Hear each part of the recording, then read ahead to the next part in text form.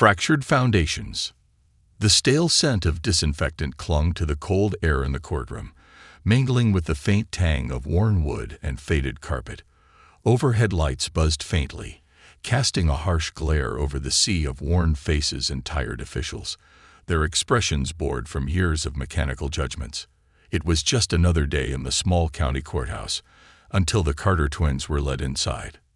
Tiana and Tamara Carter were identical in face, but opposites in spirit. Tiana's shoulders slumped under the weight of invisible burdens she'd carried since childhood, while Tamara's chin jutted forward with the kind of defiant tilt that dared the world to try her. Both wore the same oversized school sweatshirts, frayed at the cuffs, and sneakers that had seen more miles than anyone their age should have walked. The bailiff didn't bother to announce their names. Everyone already knew them, the Carter girls.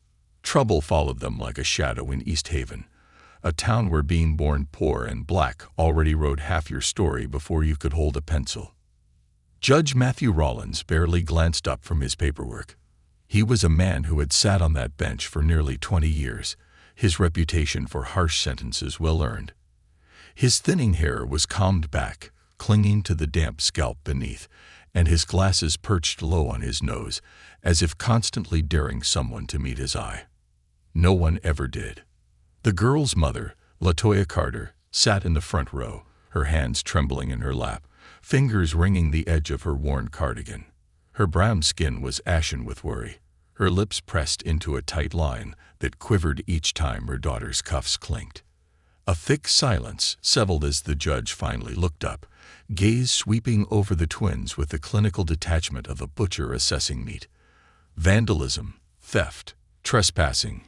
He read aloud, voice heavy with disdain. 2 teenage girls spray-painting obscenities on the side of the county courthouse, then breaking into the supply shed. Tiana's eyes widened, panic flashing across her face. "That wasn't us," she said, her voice barely louder than a whisper. "We were at school. You can check." The gavel's sharp crack silenced her, reverberating through the room like a gunshot. "I didn't ask for commentary," Judge Rollins said, his tone dismissive. "We have witnesses." LaToya stood, her chair scraping loudly against the floor. "Please, Your Honor, my girls." "No father listed on either birth certificate," Rollins said, cutting her off. "Figures." Tiana and Tamara froze. It wasn't the first time they'd heard it, but it was the first time it had been thrown into the air like an accusation, like evidence of guilt. LaToya's knees buckled, and she had to grip the bench to keep from falling. The judge barely concealed his sneer. No structure, no discipline, no surprise. He made a show of flipping through the file, though he barely read it. 2 months in juvenile detention. Gasps rippled through the room. LaToya staggered forward, hand outstretched as though she could physically stop the gavel from coming down again. "Please, no. My daughters." Tamara's shackled wrists strained as she stepped toward her mother, the chains pulling her back. "You can't do this. We didn't do anything." "Bailiff," Judge Rollins said, already moving on to the next case, his gavel falling once more. "Remove them." The guard moved toward the twins, but before he could touch them, a voice cut through the room. Deep, steady, with the kind of authority that silenced even the restless courtroom murmurs. "I'll take them." Heads turned toward the back of the room. The man who spoke stood tall, broad-shouldered, dressed in a tailored charcoal suit that looked out of place against the peeling paint and faded wood of the old courthouse.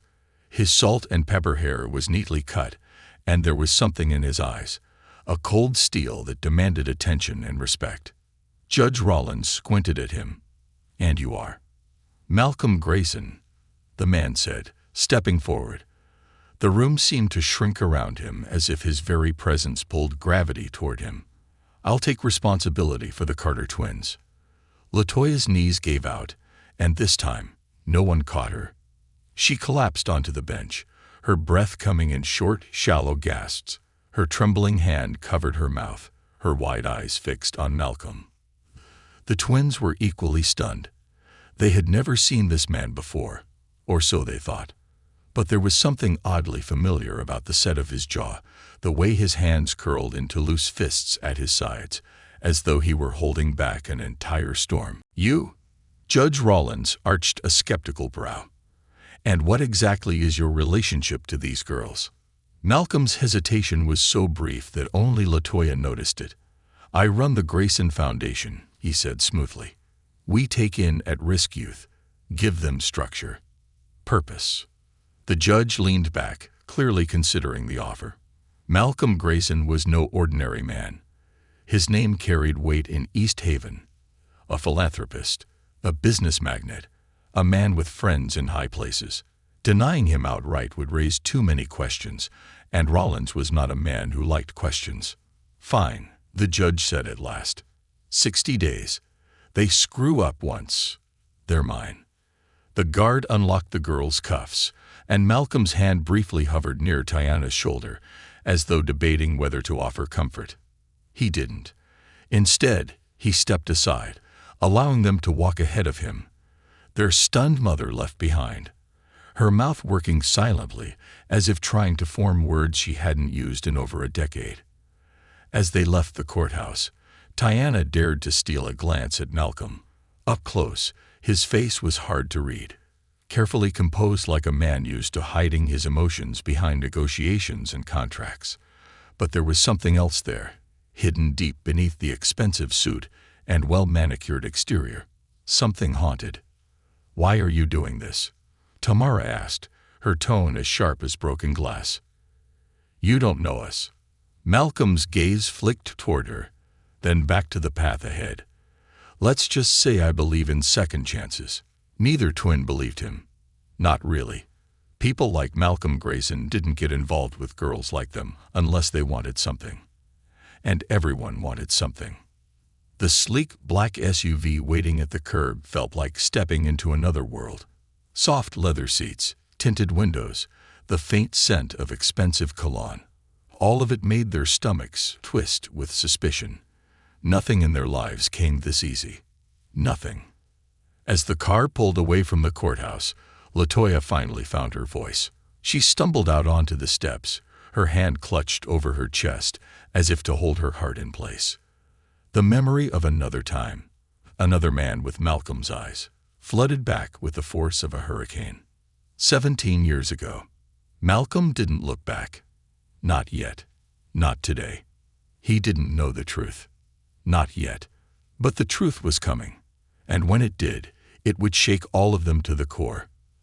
A stranger's roof. The SUV's tires barely made a sound as they glided over the smooth private driveway leading to Malcolm Grayson's house, or, more accurately, his estate. Tiana and Tamara had seen places like this on TV. Stately homes with symmetrical hedges, towering iron gates, and windows so clean they didn't seem real. But seeing one up close, knowing they were expected to sleep under its roof, made Tamara's stomach churn. "Where are we?" Tiana asked softly, her voice a whisper in the plush silence of the car. "Home," Malcolm said, without looking back. "Not our home," Tamara muttered, her breath fogging up the window as she scowled at the sprawling mansion appearing at the end of the driveway. "We don't belong here." The SUV came to a gentle stop in front of a circular driveway, where a small stone fountain bubbled in the center. The front doors were double, dark wood with gleaming brass handles, so tall they looked like they could swallow a person whole. The house itself was a blend of modern lines and old money, a house designed to show off wealth without saying a word. Malcolm climbed out first, adjusting his cufflinks like they were armor, then opened the passenger door for the girls. Neither of them moved. "We're good right here," Tamara said, arms crossed. Malcolm's expression flickered, something between patience and frustration, before smoothing out into the polite, detached smile he wore like a mask. "It's late. You can fight me in the morning. Right now, you need food and sleep." Tiana climbed out first, her sneakers sinking slightly into the perfectly maintained gravel. Tamara reluctantly followed, her eyes scanning the house for cameras or guards, half expecting someone to demand they turn out their pockets. They were used to places that wanted them gone. places that made them feel like contaminants, not places that welcomed them. Malcolm led them through the front doors into a foyer large enough to hold their entire apartment building's first floor. A gleaming marble staircase spiraled upward, and a chandelier hung above them, each crystal teardrop catching the soft light. Tamara whistled low under her breath. Who did you scam to afford all this? Malcolm didn't react to the jab. You'll have your own rooms upstairs, he said, gesturing to the left hall. You'll also find the kitchen fully stocked if you're hungry. Do you have hot pockets? Tamara asked, sarcasm dripping from her words. Probably not, Malcolm replied smoothly. But I'll have someone pick some up. Tiana elbowed her sister. Don't be rude. Tamara's scowl deepened. This isn't normal. No, Malcolm agreed. It isn't. That was the end of the conversation. The guest wing. The rooms were bigger than anything they'd ever had. Not just bigger, nicer. Thick carpets that swallowed their footsteps, windows that opened without rusted hinges screaming in protest, and beds so soft that when Tiana sat on hers, it felt like she might dissolve into it. Tamara stood in the middle of her room, hands on her hips, spinning slowly like she was trying to find the catch. No locks on the doors. No cameras in the corners. No weird rules taped to the wall about keeping food out or visitors away. This is a trap, she muttered. Tiana was already unpacking the few things they'd been allowed to bring from the apartment, her backpack, a plastic bag with clothes, and her dog-eared copy of The Hate You Give. Can't we just? Tiana's voice was small. Can't we just take it for now? Tamara flopped onto her bed, arms spread wide. You don't seriously trust this guy? Tiana didn't answer. She didn't know how to explain the strange feeling twisting inside her, like she was standing on the edge of something important, but couldn't see the bottom. Malcolm Grayson was hiding something. But for tonight, the warmth, the safety, the silence without sirens, she wanted to hold on to it, just for a little while. Dinner with the stranger. Malcolm sat at the head of a long dining table that could easily seat 20 people. Instead, it was just the three of them. The spread was ridiculous.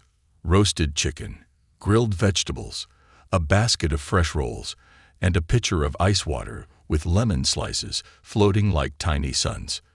The twins sat side by side, silent and suspicious.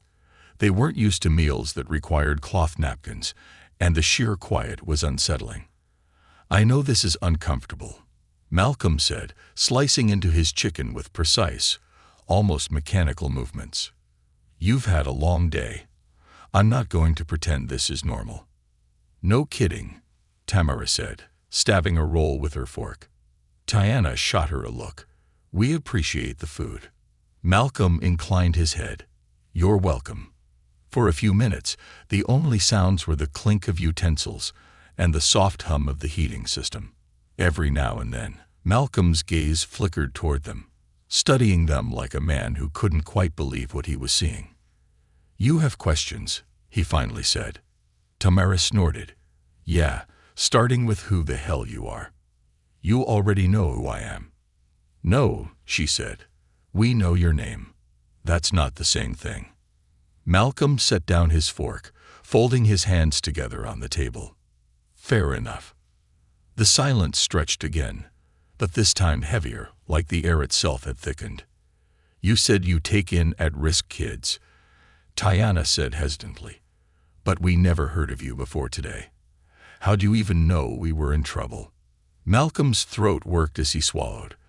The lie was ready, practiced, but the weight of it was already growing unbearable. I keep close ties with some of the local shelters, he said smoothly. Your case crossed my desk. That's not an answer, Tamara muttered. You're right, Malcolm said, but it's the one you're getting tonight. The office. Later that night, when the twins were safely behind closed doors, Malcolm stood in his office, leaning against the desk, fingers pressed into the polished wood like they might ground him.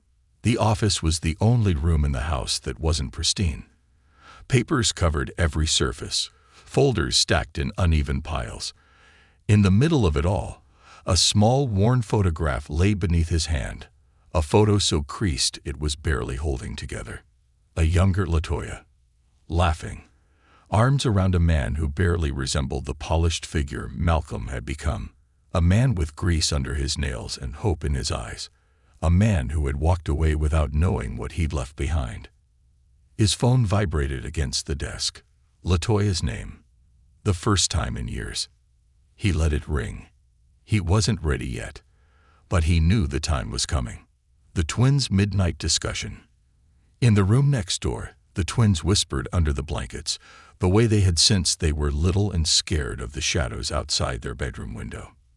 "This is insane," Tamara said. "You know that, right?" "I know," Tiana whispered. "But what if?" "What if what?" Tiana swallowed hard.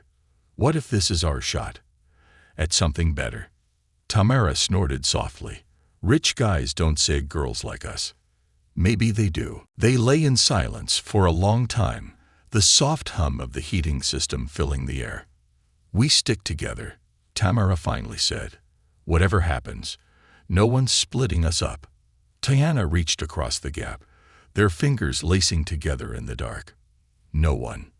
Neither of them could have known that the very man offering them safety was the one person with the power to break that promise. And when the truth came, it would shatter everything.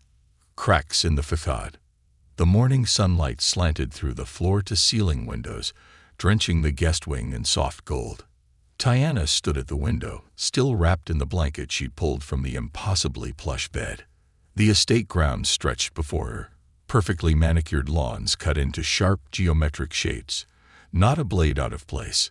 It felt like standing on the edge of a life meant for someone else. Behind her, Tamara snored lightly, sprawled diagonally across her bed, one arm dangling off the side, her phone still clutched loosely in her hand. Tamara could sleep anywhere.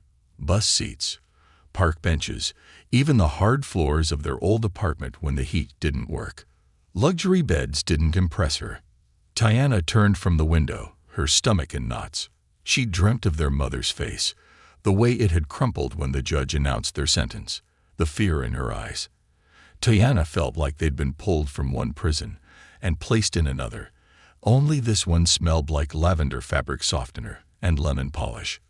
A breakfast of questions. When the girls finally shuffled down the marble staircase, they found Malcolm already seated at the breakfast table, reading from a sleek tablet. He looked freshly pressed, as if life had never touched him, not the way it clawed at everyone else. The table was absurd. A spread of eggs, fresh fruit, thick strips of bacon, and pancakes with a small pitcher of warm syrup beside them. It might have been a feast, but the atmosphere was anything but celebratory. "Morning," Malcolm said without looking up. Tamara slid into a chair across from him, eyeing the food suspiciously, like it might explode if she made the wrong move. Tiana sat more carefully, her hands folded in her lap. "Y'all always eat like this?" Tamara asked. "Some days," Malcolm replied, flipping the page on his tablet. "You should eat." "Why?" Tamara's tone was sharp. "So we have energy for all the lies you're feeding us." Malcolm's expression didn't shift, but his grip on the tablet tightened ever so slightly. "I don't expect you to trust me," he said. "Not yet." "Not ever," Tamara muttered. Tiana nudged her knee under the table. "What happens after 60 days?" Malcolm set the tablet down and steepled his fingers. "That depends." "On what?" Tiana asked. "On you," Malcolm said. "If you follow the rules, stay in school, prove you can make this work, I'll advocate for you to stay with me permanently." Both girls froze. "With you?" Tamara said, her laugh sharp and bitter. "Why would you want us here after all this?" Malcolm's lips parted slightly, the truth threatening to slip out. "But fear, the kind of fear that burrows into your bones after you've made one life-altering mistake, held it back." "Because you deserve better than where you were headed," he said, carefully neutral. "You don't even know us," Tamara said. Malcolm met her glare, unflinching. "I'm trying to." The rumors start.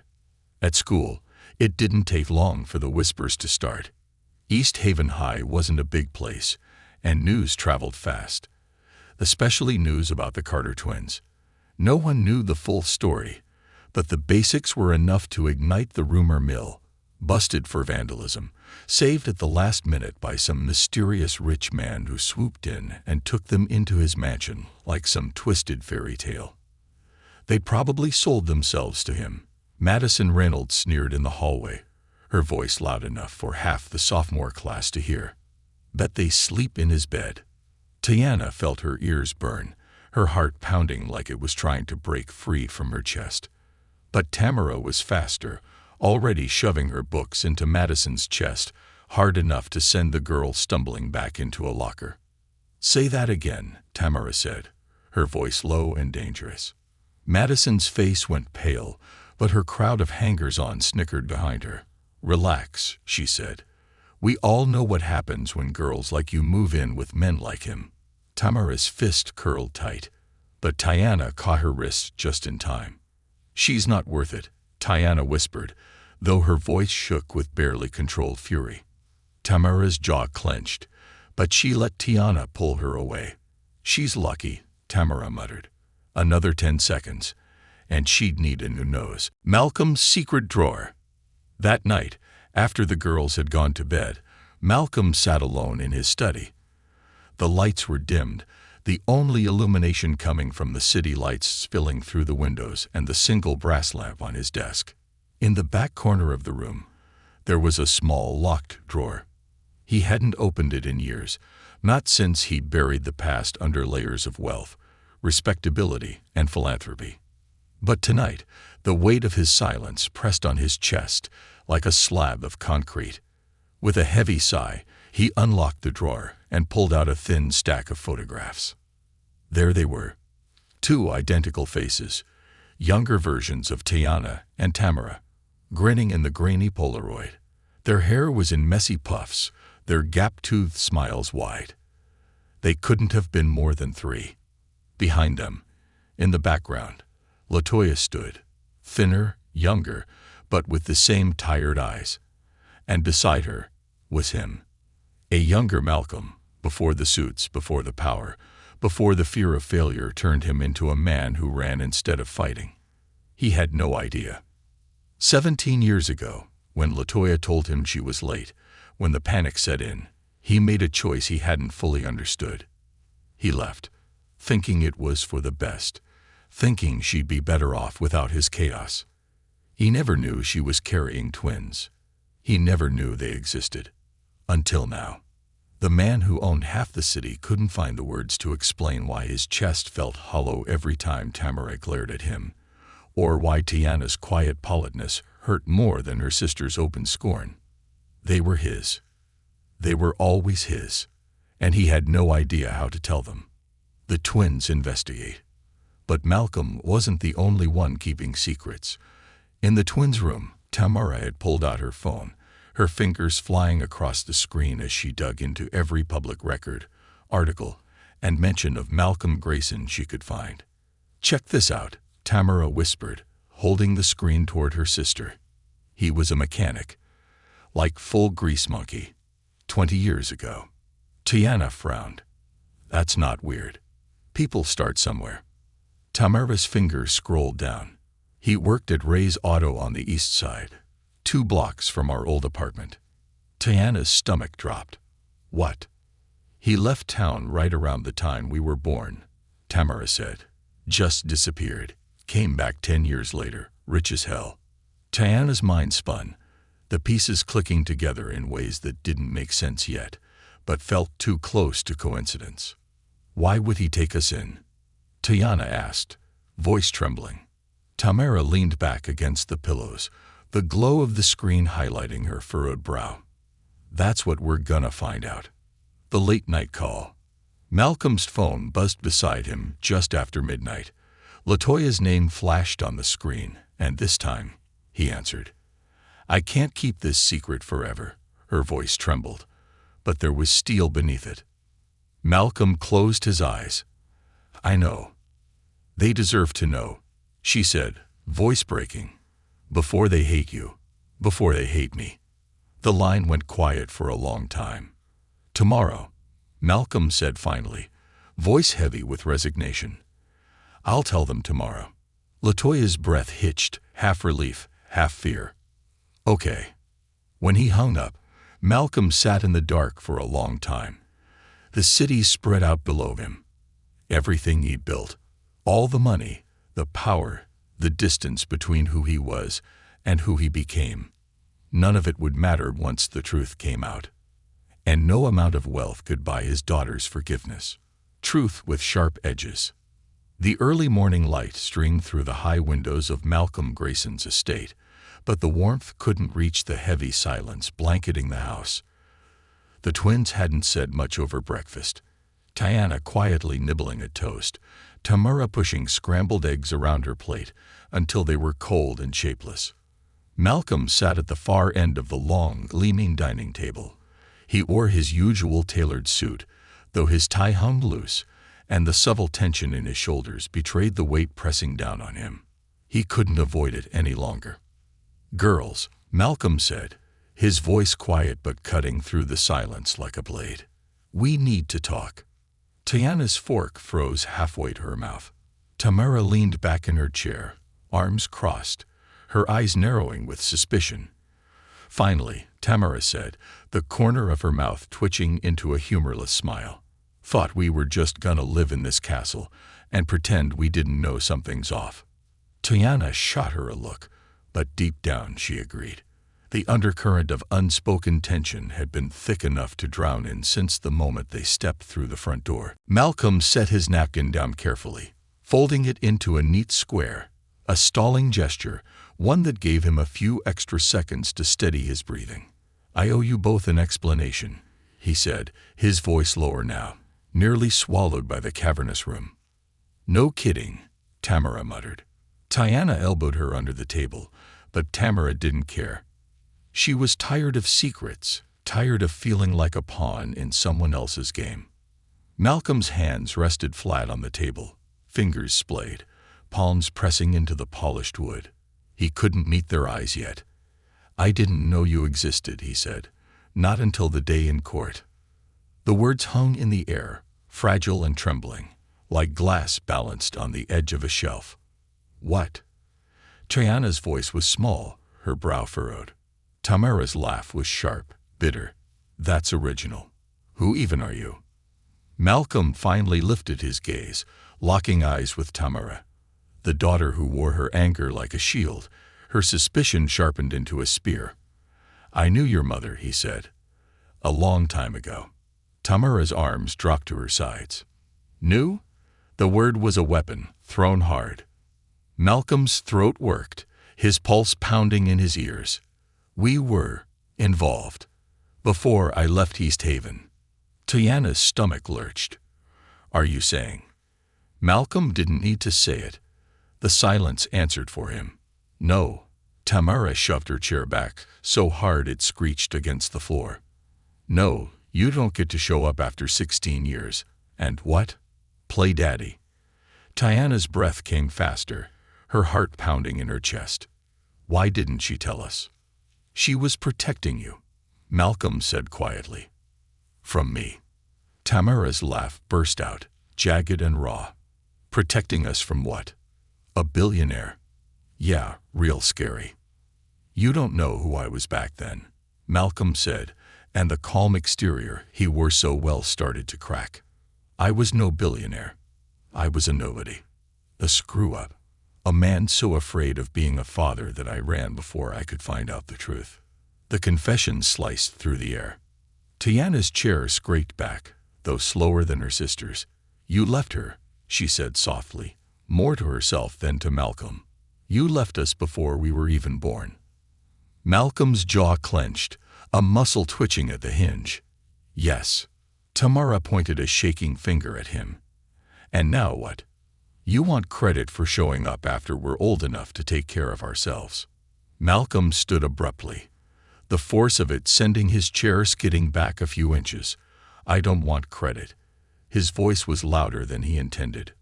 "I want a chance." Tamara took a step back, her shoulders rising like a cornered animal. "You don't get one." Tammy. Cheyana's voice was soft, pleading. No, Tamara snapped. He doesn't get to swoop in with his money and his fancy house and pretend all those years never happened. Cheyana's fingers twisted together, her mind swirling with too many questions, too many emotions. Anger, confusion, even the tiniest sliver of hope she was too ashamed to admit. Your mother asked me to tell you, Malcolm said. She knew you'd find out eventually. Oh, so it's her fault too now. Tamara's voice shook. How convenient. It's no one's fault, Malcolm said, his voice dropping again. It's just the truth. And I know it's ugly. Tamara stared at him, her arms rigid at her sides, fists clenched so tight her knuckles shone pale. You don't know anything about ugly. Malcolm took a step forward, but Tamara held up both hands. Don't. Cheyana's heart twisted in her chest. What happens now? She asked, her voice barely above a whisper. Malcolm's hands hung useless at his sides. That's up to you. Tamara shook her head, backing toward the door. Nah, you don't get to put this on us. You started this. You figure out how to end it. She stormed out, the echo of her footsteps fading down the hall. Cheyana stood frozen, torn between chasing her sister and staying to untangle the knots inside her chest. Malcolm stood in the middle of the room, exposed and unsure. A rare thing for a man so used to being in control. I don't know how to do this, Malcolm admitted. Cheyana swallowed hard. Neither do we. Then she turned and followed her sister. The past comes calling. The slam of the front door vibrated through the house as Tamara stormed outside, her sneakers slapping against the stone driveway. The cold air hit her face, but it wasn't enough to cool the burn in her chest. Malcolm Grayson, her father. The words felt poisonous in her mouth. She sat on the edge of the fountain, her fingers digging into the stone rim, trying to ground herself in something solid. She hated crying, especially in front of anyone. But the tears slipped out anyway, hot and angry. Cheyana came out a few minutes later, sitting beside her. They didn't talk at first. The silence between them wasn't new. It was the silence they'd shared on nights when their mother worked double shifts and they'd eaten cereal for dinner. It was the silence they held after each eviction, each new school, each time life had kicked them down and expected them to bounce back. He's still a stranger, Tamara said finally. I know, Cheyana whispered. But what? Tamara's head whipped toward her sister. Cheyana's fingers twisted in her lap. What if he's telling the truth? What if, I don't know, he really wants to try? Tamara stood abruptly. I'm not interested in being someone's charity project. Cheyana's voice rose, surprising even herself. Maybe we're not. Tamara turned, her expression unreadable. I'm not gonna pretend this is okay. I'm not either, Cheyana said. But maybe, just maybe, it's not all a lie. The door opened again, and Malcolm stood there, hands in his pockets, looking older than he had a moment ago. I know I can't fix this, he said, but I want to be honest from here on out. Tamara's chin jutted forward. You're 17 years late. I know, Malcolm said softly. Cheyana stood and stepped between them. We're not ready to forgive you. Malcolm nodded, the weight of their words settling deep into his chest. I understand. Good, Tamara said, walking past him back into the house. Cheyana lingered, her eyes meeting Malcolm's for a long moment. But we're not ready to hate you either. She followed her sister, leaving Malcolm alone in the cold morning air, his heart hammering against his ribs. The truth was out, but the hardest part had just begun. Shadows at the door. The night settled heavily over Malcolm Grayson's estate, the darkness clinging to the glass windows like fingerprints left behind by ghosts. Cheyana sat at the small desk in her room, the soft glow of her phone screen casting a pale halo around her face. She'd been scrolling for hours, reading articles, old interviews, profiles of Malcolm Grayson, trying to fit the man in those photos into the man downstairs. Every time her finger hovered over a headline, her stomach twisted. Wealthiest black businessman in East Haven expands empire. Grayson Foundation funds mentorship for at-risk youth. From grease monkey to power broker. The Malcolm Grayson story. There was no mention of LaToya Carter. No record of a teenage romance, of a baby he left behind. Certainly no record of two. She set her phone down and rubbed her hands over her face. It was too much, too fast. A week ago, their biggest problem had been figuring out if there was enough ramen in the cabinet to last till payday. Now they were living in a house big enough to get lost in, with a man who was both a stranger and their father. A father who had walked away before they ever took their first breaths. The knock on her door was soft, just 2 quick taps. "Come in," she called, her voice hoarse from disuse. Malcolm stood in the doorway, his sleeves rolled up, tie gone, a glass of something dark in his hand. It was the most human she'd seen him look since they arrived. Not the untouchable mogul, not the composed savior from the courtroom. Just a man, tired and unsure. "Can I sit?" he asked. Tiana nodded, though she felt her throat close slightly. He sat on the edge of her bed, the mattress dipping under his weight. "Tamara still not talking to me?" he asked. "She's still not talking to me either," Tiana admitted. Malcolm sighed, the weight of it long and slow. "I don't blame her. I don't blame either of you." Tiana hesitated. "She thinks you're lying. Are you asking if I am?" Malcolm's voice was quiet, but there was something else under it, something fragile. "I don't know," Tiana said honestly. "You don't feel like a liar, but you don't feel like a dad either." Malcolm's hand tightened around the glass. "I get that."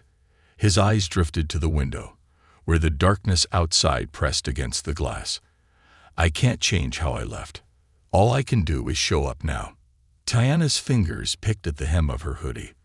"What happens after the 60 days? "That's up to you and Tamara," Malcolm said. "If you want to stay, I'll fight to keep you here. If you want to leave, I won't stand in your way." Tiana swallowed the lump in her throat. "What if we're not ready to decide?" "Then we take it day by day," Malcolm said softly. For the first time, she saw something real in his expression. Not guilt, not polished charm, just fear. The kind of fear that comes when you realize your past doesn't belong only to you anymore. It belongs to the people you hurt. "Good night, Tiana," Malcolm said, standing. "Good night," she whispered, but her mind was too crowded to find sleep. Tamara's anger finds a target. Tamara sat cross-legged on the balcony outside her room, the cold metal railing pressing into her back as she stared at the night sky. Stars were barely visible past the light pollution, but she didn't care. The only thing clearer than the sky was the knot of fury in her chest. She couldn't forgive Malcolm. Not for leaving, not for showing up too late, and definitely not for acting like they were supposed to be grateful for his fancy house and his second chance. Her phone buzzed beside her, a text from an unknown number. "Yo, Carter girl. Bet life's sweet in Grayson's crib. How much you charging him for rent?" Tamara's stomach turned to ice. The next text came seconds later. "Bet you and your sister been real grateful to Daddy dearest." Her breath hitched. The phone buzzed again. "You're all over East Haven, sweetheart. Everybody's watching. Hope you're good at keeping secrets." Tamara's hand shook as she powered off the phone, but her heart kept pounding like it was trying to punch its way out of her chest. The words burrowed deep. Everybody's watching. She hadn't thought about that, about how people talked, how people took something innocent and turned it into something ugly. In East Haven, girls like her didn't get saved. They got sold. A stranger at the gate. The next afternoon, Malcolm stood in his office, phone pressed to his ear, pacing the length of the room like a man caged by his own decisions. "Judge Rollins is still poking around," Amanda said on the other end. "He's got friends at the county clerk's office. They're digging for dirt." "Let them dig," Malcolm said. "There's nothing to find." "That's not the point," Amanda said. "The point is the rumors don't need to be true. They just need to stick long enough." Malcolm's fingers pinched the bridge of his nose. "Keep me updated." He hung up just as the security system chimed. Someone was at the gate. On the screen, a grainy black and white image showed a man standing at the front gate, hands in his pockets, hood pulled low over his face. His stance was casual, but Malcolm's instincts screamed trouble. "Who the hell?" Malcolm muttered, pressing the intercom button. "Can I help you?" The man looked up, revealing a face Malcolm hadn't seen in nearly 2 decades. Dant Lewis, an old name from an old life. Back when Malcolm was still Malcolm Graves, just another mechanic with debts and addictions. "I need a minute of your time," Dant said, voice crackling through the speaker. "You're trespassing," Malcolm said. "Only for now," Dant replied. "I got something you're gonna want to hear." Malcolm's heart pounded painfully against his ribs. "I don't deal with ghosts." Dant grinned, showing a gold tooth Malcolm remembered far too well. "Maybe not, but ghosts deal with you." The line cut off. Dant turned and walked back down the long gravel road, leaving nothing but the hum of the security feed and Malcolm's pulse hammering in his ears. Family on shaky ground. Dinner that night was silent. Tiana barely touched her food. Tamara sat with her arms crossed, her untouched plate pushed aside. Malcolm tried. He asked about school, but every question fell flat, landing in the center of the table with the weight of a stone. The foam in Malcolm's pocket vibrated. "Amanda." He stood. "Excuse me." In his office, Amanda's voice crackled. "We've got a bigger problem. The press." Malcolm's stomach twisted. "What about them?" "They know about the vandalism charges. They know about the girls. And now they've got some anonymous source spinning it." "Spinning what?" "That you took them in because you were grooming them." Malcolm's blood went cold. "You've got a target on your back," Amanda said, her voice grave. "And someone's feeding them every rumor they can find." Malcolm stared at his reflection in the window. The face of a man who clawed his way out of the gutter only to find the gutter waiting for him at the top. "Find out who the source is," he said, his voice deadly calm. "And stop them." The twins packed. That night, in the dark safety of their room, Tiana and Tamara lay side by side in the oversized bed, whispering like they had when they were little and the world felt too big. "I don't trust him," Tamara said. "I know," Tiana replied. "But I trust you." Tiana's throat tightened. "Me too." "No matter what happens," Tamara whispered, "we stick together. Always."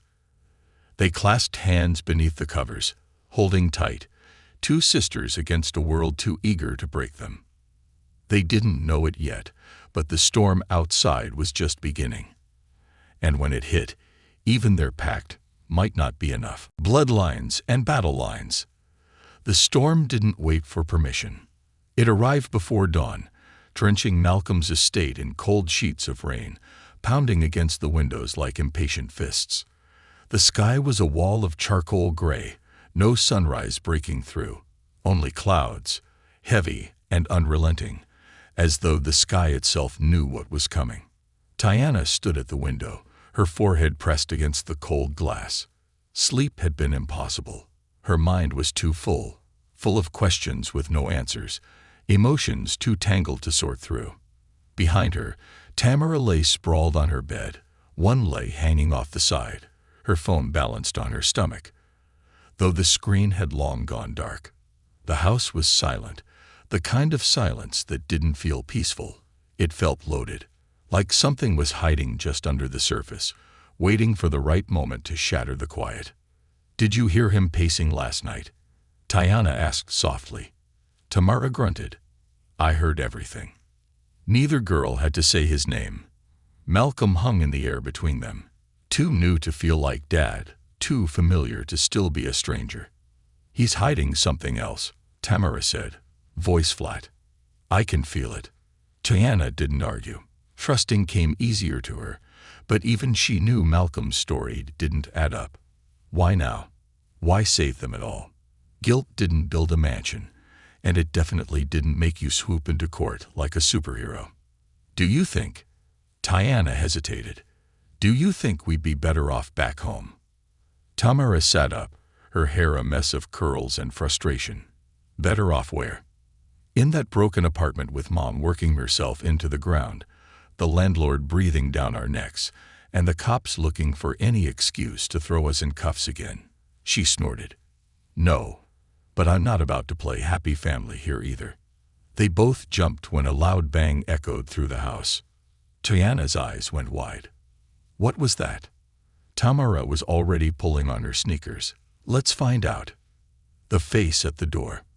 Malcolm stood in the foyer, one hand on the doorframe, the other clenched so tight at his side that his knuckles shone white. Rain streamed down the steps outside, puddling around the worn boots of the man standing just beyond the threshold. Daunt Lewis.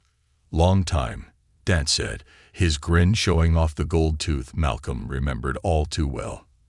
Malcolm's stomach tightened. You shouldn't be here. Neither should you, Dant said, his eyes flicking past Malcolm to the grand staircase behind him. Look at you, big house, fancy life, and two little princesses under your roof. Malcolm stepped forward, blocking Daunt's view. They're none of your business. Everything you touch is my business. Graves. Daunt's voice softened, but it made the threat sharper, more personal, especially when your past starts leaking into the present. Tiana and Tamara stood halfway down the staircase, peering through the banister. They couldn't hear every word, but they could see enough. The tension between the two men was thick, a clash of history and unfinished business. Who is that? Tiana whispered. No clue, Tamara said, but he's trouble. Malcolm's voice carried. Leave. Not yet. Daunt's smile vanished, replaced by cold calculation. See, I've been talking to some old friends. Friends who remember who you used to be. Back when you owed money to all the wrong people. Before you cleaned up and pretended you were someone new. Malcolm's jaw clenched. That's done. Is it? Dante took a step closer. Because the papers sure make it look like the old Malcolm, the dirty one, never left. They're eating up those rumors, you know. The whole rich man taking in two young girls thing. His grin returned, sharper than ever. People love a scandal. Tamara's breath caught in her throat. What rumors? Malcolm didn't move. I can make those go away. Daunt's gold tooth glinted in the rain. Maybe. But not before they leave a stain. And once a stain's out there, even your fancy foundation can't scrub it clean. What do you want? Malcolm's voice was steel. Easy, Dant said, spreading his hands. A piece. A cut. Insurance money, you could say. No. Malcolm's answer was instant. Daunt chuckled, low and slow. You always were stubborn. But think about your girls. You want them reading headlines about you being some kind of predator. You want their whole lives defined by your dirt. Tiana felt her pulse quicken. What is he talking about? Tamara didn't answer. She was already halfway down the stairs, fists clenched. Tiana scrambled after her. Get off our property, Tamara snapped, stepping into view. Daunt's eyes gleamed with something almost amused. Well, look at you, got your mama's fight. You know our mom? Tiana asked, confusion flickering across her face. Better than your daddy ever did, Dant said. Malcolm's hand shot out, grabbing Daunt's collar, yanking him forward. Leave them out of this. But Daunt didn't flinch. You can't erase what you were, Malcolm. Doesn't matter how much money you throw at it. And sooner or later, they're gonna see it too. Tiana's voice trembled. See what? Daunt's smile was vicious. See the real you. Malcolm shoved him back, hard enough to send Daunt stumbling into the rain. Stay away from them. Daunt's laugh echoed back as he disappeared down the driveway.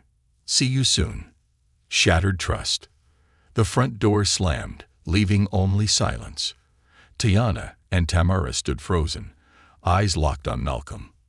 Who was that? Tamara demanded. And what the hell was he talking about? Malcolm ran a hand over his face, the mask slipping further. It's complicated. Try us, Tamara snapped. Or are you gonna lie again? I never lied to you, Malcolm said, his voice tight. I didn't know about you, but I knew her. He took a shaky breath. Dot and I ran in the same crowd back then. I was broke, stupid, in debt to all the wrong people. And when I left your mom, I didn't just leave her.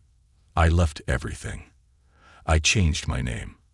I built all this so I could be someone else. Tiana's voice was small. Why didn't you go back for her?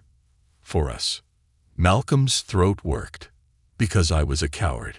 The confession hung there, raw and unpolished. Tamara's hands shook at her sides. So all this, the house, the rescue, you're just trying to make yourself feel better. No, Malcolm said, stepping forward. I'm trying to make it right. You can't, Tamara said, her voice breaking. You don't get to. She turned and stormed up the stairs, leaving Tiana standing between them, torn down the middle. I'm sorry, Malcolm said softly. Tiana's voice cracked. I want to believe you. Then let me show you, Malcolm said. Please. The final choice. That night, the twins sat side by side on Tamara's bed, the rain drumming against the windows. Neither spoke for a long time. We could leave, Tamara said finally. Go back to Mom. Tiana nodded slowly. But we'd still have questions. Tamara's jaw clenched. I don't need answers from him. Tiana's voice was soft. I do. The silence stretched, until Tamara reached over and took her sister's hand. Whatever you decide, I'm with you. Tiana squeezed her hand. Same. Morning light. Malcolm stood at the kitchen window, a cup of coffee untouched in his hand. The rain had stopped, leaving the world washed clean, the sky streaked with fragile light. When the twins walked in, he braced himself. Tiana spoke first. We're not ready to forgive you. I understand, Malcolm said quietly. But, Tiana continued, we're not ready to leave either. Malcolm's breath caught.